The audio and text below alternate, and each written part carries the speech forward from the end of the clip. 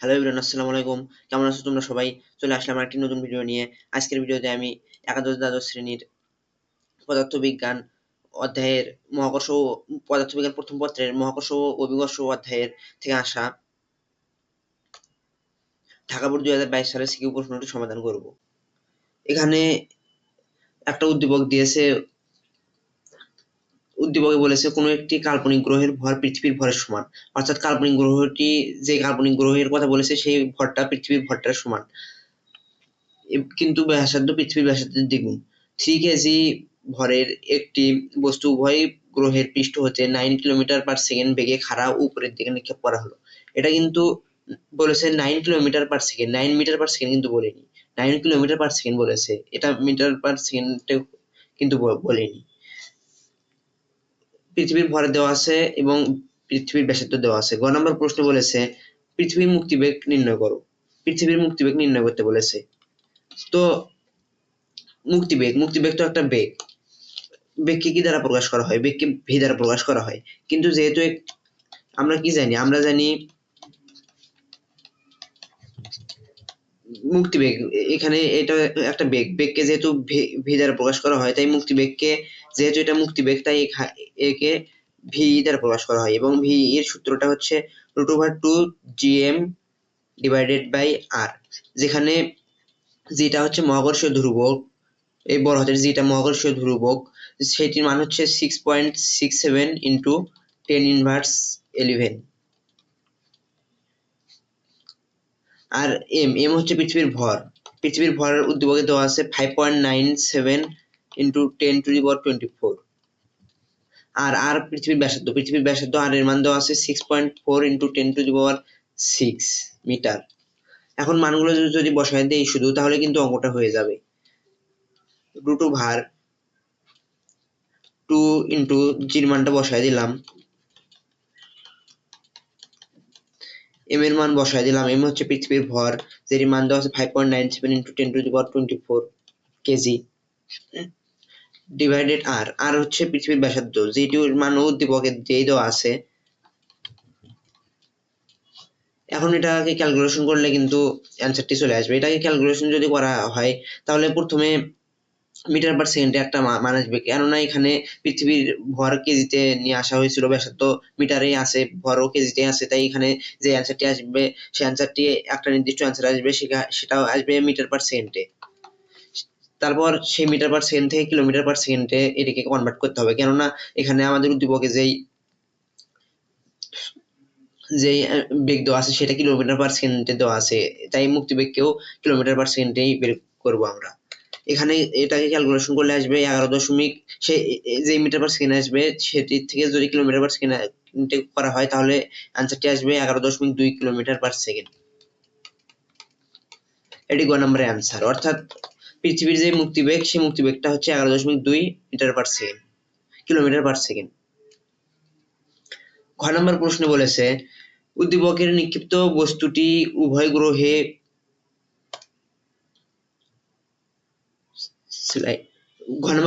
উদ্দীপকের নিক্ষিপ্ত বস্তুটি উভয় গ্রহে ফিরে আসবে কি না গাণিতিকভাবে বিশ্লেষণ করো। উদ্দীপকের নিক্ষিপ্ত বস্তুটি, অর্থাৎ যে বস্তুটিকে নিক্ষেপ করা হয়েছে, উদ্দীপকে বলেছে 3 কেজি ভরের একটি বস্তু, অর্থাৎ এই 3 কেজি ভরের যে বস্তুটিকে উভয় গ্রহের পৃষ্ঠ থেকে এত 9 কিলোমিটার পার সেকেন্ড বেগে নিক্ষেপ করা হয়েছে, সেটি উদ্দীপকে বলেছে উদ্দীপকের নিক্ষিপ্ত বস্তুটি উভয় গ্রহে ফিরে আসবে কিনা। এটা বোঝা যাবে যে মুক্তিবেগ দিয়ে। মুক্তিবেগটা হচ্ছে কোনো গ্রহ থেকে সর্বনিম্ন যে বেগে কোনো একটি বস্তুকে খাড়া উপরের দিকে নিক্ষেপ করা হলে সেই বস্তুটি আর সেই গ্রহে ফিরে আসবে না, সেটাকে মুক্তিবেগ বলে। এক্ষেত্রে যদি গ্রহটি পৃথিবী হয়, তাহলে পৃথিবী থেকে যদি কোনো বস্তুকে খাড়া উপরের দিকে সর্বনিম্ন যে বেগে নিক্ষেপ করলে সেই বস্তুটি আর পৃথিবীতে ফিরে আসবে না, সেটা হচ্ছে পৃথিবীর মুক্তিবেগ। এরকম যেই গ্রহ থেকে নিক্ষেপ করা হবে, সেই গ্রহের থেকে সর্বনিম্ন যে বেগে নিক্ষেপ করলে সেটি সেই ওজনটি বা সেই পদার্থটি আর ওই গ্রহে ফিরে আসবে না, সেই বেগটাই হচ্ছে সেই গ্রহের মুক্তিবেগ। খ নম্বরে বলেছে উদ্দীপকে নিক্ষিপ্ত বস্তুতে উভয় গ্রহে ফিরে আসবে কিনা। এখন এখানে উদ্দীপকে বলেছে 3 কেজি ভরের একটি বস্তু উভয় গ্রহের পৃষ্ঠ হতে 9 কিলোমিটার পার সেকেন্ড বেগে, অর্থাৎ দুইটা গ্রহ থেকেই 9 কিলোমিটার পার সেকেন্ড বেগে খাড়া উপরের দিকে নিক্ষেপ করা হয়েছে। আমরা কিন্তু গ নাম্বার থেকে পেয়েছি, এখানে লিখতে পারি গ হতে পাই ক নাম্বার থেকে কিন্তু আমরা পেয়েছি যে পৃথিবীর যেই মুক্তিবেগ, পৃথিবীর মুক্তিবেগ ক নাম্বারে পেয়েছিলাম 11.2 কিলোমিটার পার সেকেন্ড। এটাকে যেহেতু এটাকে পৃথিবীর মুক্তিবেগটাকে প্রথম বেগ যদি ধরি তাহলে এটা মান পেয়েছিলাম 11.2 কিলোমিটার পার সেকেন্ড। আর এখন আমরা বের করবো পৃথিবী বাদে অন্য যে গ্রহটি আছে, অর্থাৎ অন্য গ্রহের মুক্তিবেগ। তারপর দুইটার সাথে দেখবো যে উদ্দীপকের যে 9 কিলোমিটার পার সেকেন্ড আছে সেটার সাথে এই দুইটা কম্পেয়ার করে দেবো কোনটা পৃথিবীতে ফিরে আসবে কোনটা আসবে না, তারপরে বোঝা যাবে অ্যান্সার। অন্য গ্রহের মুক্তিবেগ, এক্ষেত্রে মুক্তিবেগ ভি সমান √2gm, এটা কিন্তু বড় জি, কেউ যদি ভুল করে ছোট জি লেখে তাহলে কিন্তু ভুল হবে, ডিভাইডেড আর। আর এই রুটটা দুইটা রাশির ক্ষেত্র আছে, প্রথম উপরের গুলোর ক্ষেত্রেও আছে, নিচের গুলোর ক্ষেত্রেও কিন্তু রুটটা আছে। আর এই 2 এখন উদ্দীপকে কিছু শর্ত বলেছে। উদ্দীপকে বলেছে যে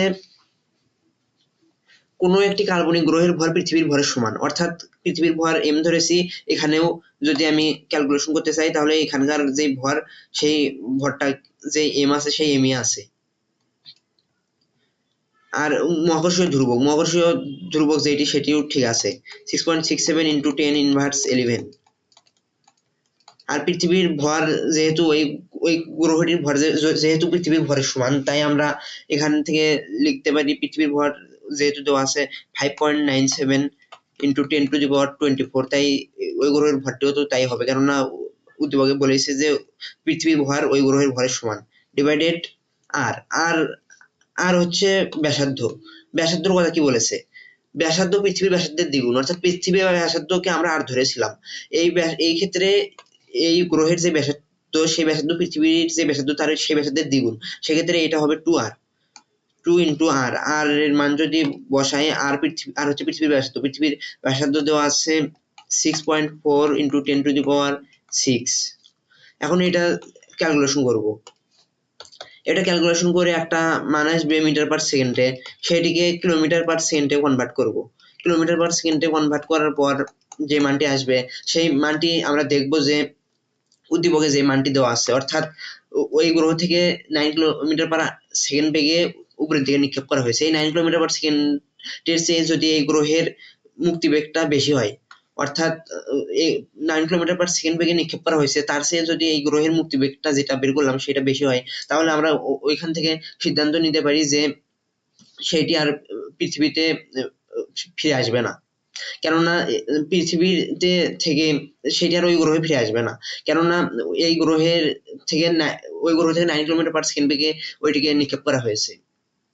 এখন ওই গ্রহের যে মুক্তিবেগ, সেই মুক্তিবেগ তো পৃথিবীর বেগের চেয়ে যদি কম হয়, অর্থাৎ ওই গ্রহের যে মুক্তিবেগ সেই মুক্তিবেগটা যদি এই যে 9 কিলোমিটার পার সেকেন্ড বেগ আছে সেই বেগের চেয়ে যদি কম হয়, সেক্ষেত্রে আমরা বলবো যে পৃথিবীতে ওই গ্রহে আর ফিরে আসবে না। কিন্তু যদি মুক্তিবেগটা যত বের করবো সেইটি যদি এই ওই গ্রহের থেকে যে বেগে নিক্ষেপ করা হয়েছে, অর্থাৎ 9 কিলোমিটার পার সেকেন্ড বেগে নিক্ষেপ করা হয়েছে, এটার থেকে যদি বেশি হয় তাহলে বলবো পৃথিবীতে ওই গ্রহে ফিরে আসবে, কেননা ওই গ্রহ থেকে তো ওই গ্রহের যে বেগ সেই বেগটা তো এই মুক্তিবেগ থেকে বেশি, সর্বনিম্ন।